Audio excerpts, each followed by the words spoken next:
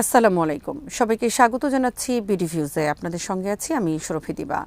ভারতের সঙ্গে বাংলাদেশের সম্পর্ককে ঘিরে সাম্প্রতিক সময়ে যে আবেগ, বিতর্ক এবং টানাপোড়েন দেখা যাচ্ছে তা কেবল কূটনৈতিক বা রাজনৈতিক স্তরের বিষয় নয়, বরং এটি ইতিহাস, অভিজ্ঞতা, প্রত্যাশা এবং বাস্তবতার দীর্ঘ এক জটিল মিশ্রণ।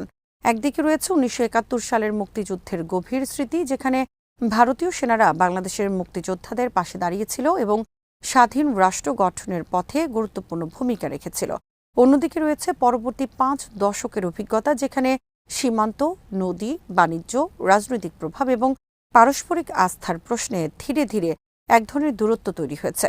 এই দূরত্ব আজ এতটাই স্পষ্ট যে এটি শুধু নীতি নির্ধারক বা বিশেষজ্ঞদের আলোচনায় সীমাবদ্ধ নেই, বরং সাধারণ মানুষের দৈনন্দিন কথোপকথন, সামাজিক যোগাযোগ মাধ্যমের প্রতিক্রিয়া এবং তরুণ প্রজন্মের রাজনৈতিক উপলব্ধির মধ্যেও গভীরভাবে প্রবেশ করেছে।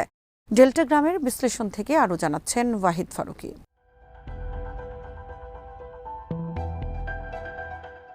বাংলাদেশের তরুণ সমাজ, বিশেষ করে ১৫ থেকে ২৯ বছর বয়সী জনগোষ্ঠী, যারা দেশের মোট জনসংখ্যার প্রায় ১/৩ কাছাকাছি, তারা এই পরিবর্তনের কেন্দ্রে অবস্থান করছে। এই প্রজন্ম এমন একটি সময়ে বড় হচ্ছে যখন তথ্য প্রবাহ অত্যন্ত দ্রুত, সীমান্তবর্তী ঘটনাগুলো তাৎক্ষণিকভাবে স্মার্টফোনে পৌঁছে যায় এবং আঞ্চলিক রাজনীতি আর কোনো দূরবর্তী বিষয় নয়। তারা স্কুল কলেজে নদী ভাগাভাগি, সীমান্ত সংঘর্ষ বা আন্তর্জাতিক সম্পর্ক নিয়ে পড়ছে এবং একই সঙ্গে সামাজিক মাধ্যমে এসব ইস্যুর নানান ব্যাখ্যা দেখছে। ফলে তাদের রাজনৈতিক অবস্থান তৈরি হচ্ছে সরাসরি অভিজ্ঞতা, অনলাইন প্রতিক্রিয়া এবং পারিবারিক আলোচনার সমন্বয়ে।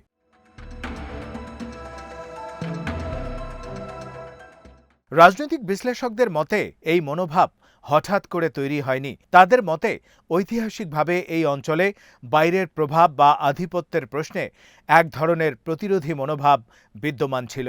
কেউ কেউ ইতিহাসের প্রসঙ্গ টেনে বলেন, প্রাচীনকাল থেকে দিল্লি ভিত্তিক শাসকদের এই অঞ্চলে কর্তৃত্ব প্রতিষ্ঠার চেষ্টা থাকলেও বঙ্গ অঞ্চলের মানুষ বারবার তার বিরুদ্ধে প্রতিরোধ গড়ে তুলেছে।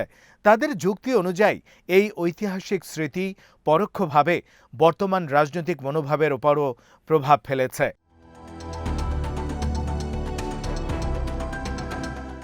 একই সঙ্গে তারা এটিও উল্লেখ করেন যে ১৯৭১ সালে ভারতের ভূমিকা নিঃসন্দেহে গুরুত্বপূর্ণ ছিল, তবে সেটি ভারতের নিজস্ব কৌশলগত স্বার্থ থেকেও পুরোপুরি বিচ্ছিন্ন ছিল না। সে সময় পশ্চিমবঙ্গের নকশাল আন্দোলন সহ আঞ্চলিক অস্থিরতা ভারতের অভ্যন্তরীণ নিরাপত্তা পরিস্থিতিকেও প্রভাবিত করছিল। ফলে ইতিহাসকে একমাত্রিকভাবে দেখা ঠিক হবে না, এমন যুক্তিও তারা উপস্থাপন করেন।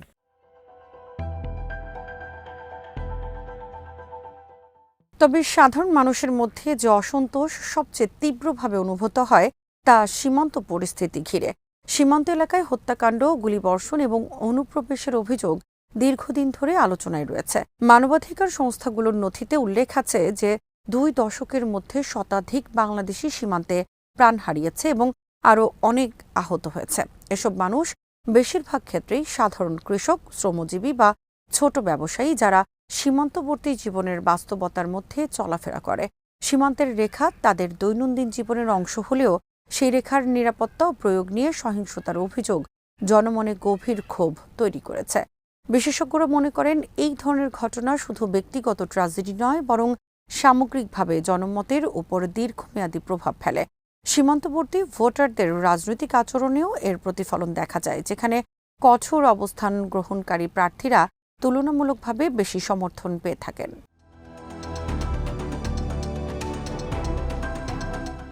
নদী ও পানি বন্টনের প্রশ্ন সম্পর্কের আরেকটি গুরুত্বপূর্ণ এবং সংবেদনশীল দিক। ভারত ও বাংলাদেশের মধ্যে ৫০টিরও বেশি অভিন্ন নদী রয়েছে এবং অধিকাংশ ক্ষেত্রে উজানে ভারতের অবস্থান থাকায় পানির প্রবাহ নিয়ন্ত্রণের ক্ষমতা তাদের হাতে রয়েছে। ফারাক্কা বাঁধ দীর্ঘদিন ধরে বিতর্কের কেন্দ্রবিন্দুতে রয়েছে, যেখানে বাংলাদেশের অভিযোগ শুকনো মৌসুমে পানি প্রবাহ কমে যায় এবং কৃষি উৎপাদন ক্ষতিগ্রস্ত হয়, আবার বর্ষাকালে অতিরিক্ত পানি ছেড়ে দেওয়ার ফলে বন্যা পরিস্থিতি তৈরি হয়। তিস্তা নদীর পানি বন্টন নিয়ে আলোচনা বছরের পর বছর ধরে অগ্রগতি ছাড়াই ঝুলে আছে। এই অনিশ্চয়তার কারণে বাংলাদেশ বিকল্প আন্তর্জাতিক অংশীদারদের দিকে ঝুঁকছে, যা আঞ্চলিক কূটনীতিতে নতুন সমীকরণ তৈরি করছে।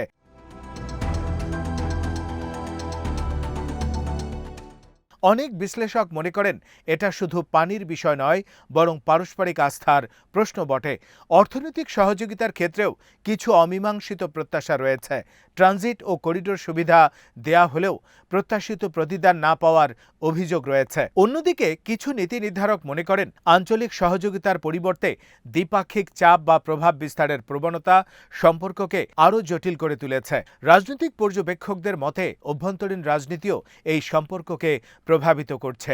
যেখানে কিছু দল ভারতের সঙ্গে ঘনিষ্ঠতাকে রাজনৈতিক কৌশল হিসেবে ব্যবহার করে, আবার অন্যদিকে এটি জনমনে বিরূপ প্রতিক্রিয়ার সৃষ্টি করছে।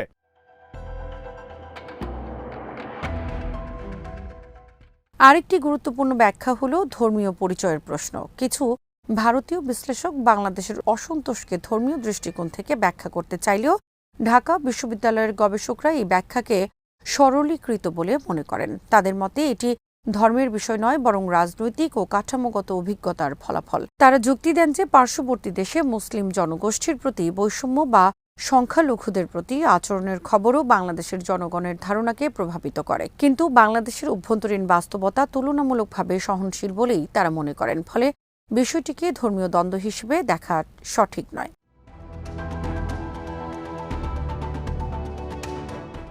এই পুরো প্রেক্ষাপটে গণমাধ্যম এবং সামাজিক যোগাযোগ মাধ্যমের ভূমিকা অত্যন্ত গুরুত্বপূর্ণ হয়ে উঠছে। বিশেষজ্ঞরা মনে করেন উভয় দেশেই দ্রুত প্রতিক্রিয়াশীল তথ্য পরিবেশ তৈরি হয়েছে, যেখানে একটি ঘটনা ঘটার পর সম্পূর্ণ তথ্য না জেনেই মতামত তৈরি হয়ে যায়। ফলে আবেগপ্রবণ প্রতিক্রিয়া দ্রুত ছড়িয়ে পড়ে এবং সম্পর্কের জটিলতা আরও বেড়ে যায়। ভারত ও বাংলাদেশ উভয় দিকেই একে অপরের বিরুদ্ধে নেতিবাচক কন্টেন্ট দ্রুত ছড়িয়ে পড়ে, যা সাধারণ মানুষের ধারণাকে প্রভাবিত করে। এই পরিস্থিতিতে সূক্ষ্ম বিশ্লেষণ বা ভারসাম্যপূর্ণ আলোচনা তুলনামূলকভাবে কম দৃশ্যমান হয়।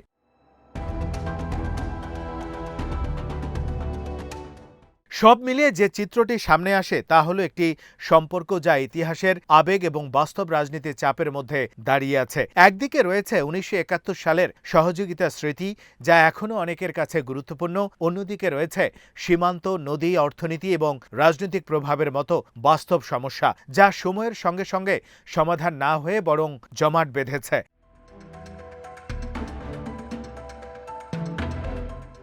ফলে নতুন প্রজন্ম যারা এই ইতিহাসের প্রত্যক্ষ অংশ নয়, তারা বর্তমান অভিজ্ঞতার ভিত্তিতে নিজেদের অবস্থান তৈরি করছে। তারা অতীতের প্রতি সম্মান দেখালেও ভবিষ্যৎ সম্পর্ককে আরও বাস্তবসম্মত, স্বচ্ছ এবং সমতা ভিত্তিক দেখতে চায়। এই পরিবর্তনই দুই দেশের সম্পর্ককে এক নতুন মোড়ে দাঁড় করিয়েছে, যেখানে সিদ্ধান্ত গ্রহণকারীদের সামনে সবচেয়ে বড় চ্যালেঞ্জ হলো আস্থা পুনর্গঠন এবং দীর্ঘদিনের অমীমাংসিত সমস্যাগুলোর বাস্তব সমাধান খুঁজে বের করা।